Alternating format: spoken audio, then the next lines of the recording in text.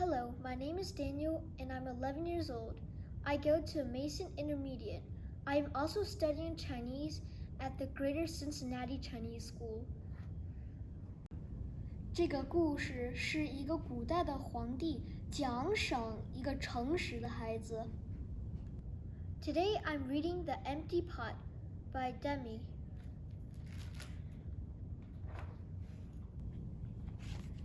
A long time ago in China, there was a boy named Ping who loved flowers. Anything he planted burst into bloom. Up came flowers, bushes, and even big fruit trees, as if by magic. Everyone in the kingdom loved flowers too. They planted them everywhere, and the air smelled like perfume. The emperor loved birds and animals, but flowers most of all, and he tended his own garden every day. But the emperor was very old. He needed to choose a successor to the throne. Who would his successor be, and how would the emperor choose? Because the emperor loved flowers so much, he decided to let the flowers choose. The next day, a proclamation was issued.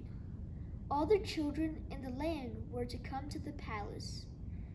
There, they would be given special flower seeds by the emperor. Whoever can show me their best in a year's time, he said, will succeed me to the throne. This news created great excitement throughout the land. Children from all over the country swarmed to the palace to get their flower seeds. All the parents hoped their children would be chosen emperor, and all the children hoped they would be chosen too. When Ping received his seed from the emperor, he was the happiest child of all. He was sure he could grow the most beautiful flower. Ping filled a flower pot with rich soil. He planted the seed in it very carefully. He watered it every day. He couldn't wait to see it sprout, grow, and blossom into a beautiful flower. Day after day passed, but nothing grew in his pot. Ping was very worried. He put new soil into a bigger pot. Then he transferred the seed into the rich black soil. Another 2 months he waited. Still nothing happened. By and by, the whole year passed. Spring came, and all the children put on their best clothes to greet the emperor. They rushed to the palace with their beautiful flowers, eagerly hoping to be chosen. Ping was ashamed of his empty pot. He thought the other children would laugh at him because for once he couldn't get a flower to grow. His clever friend ran by, holding a great big plant. Ping, he said, you're not really going to the emperor with an empty pot, are you? Couldn't you grow a great big flower like mine? I've grown lots of flowers better than yours, said Ping. It's just the seed that won't grow.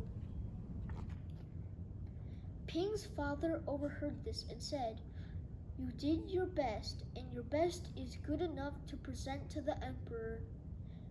Holding the empty pot in his hands, Ping went straight away to the palace. The emperor was looking at the flowers slowly one by one.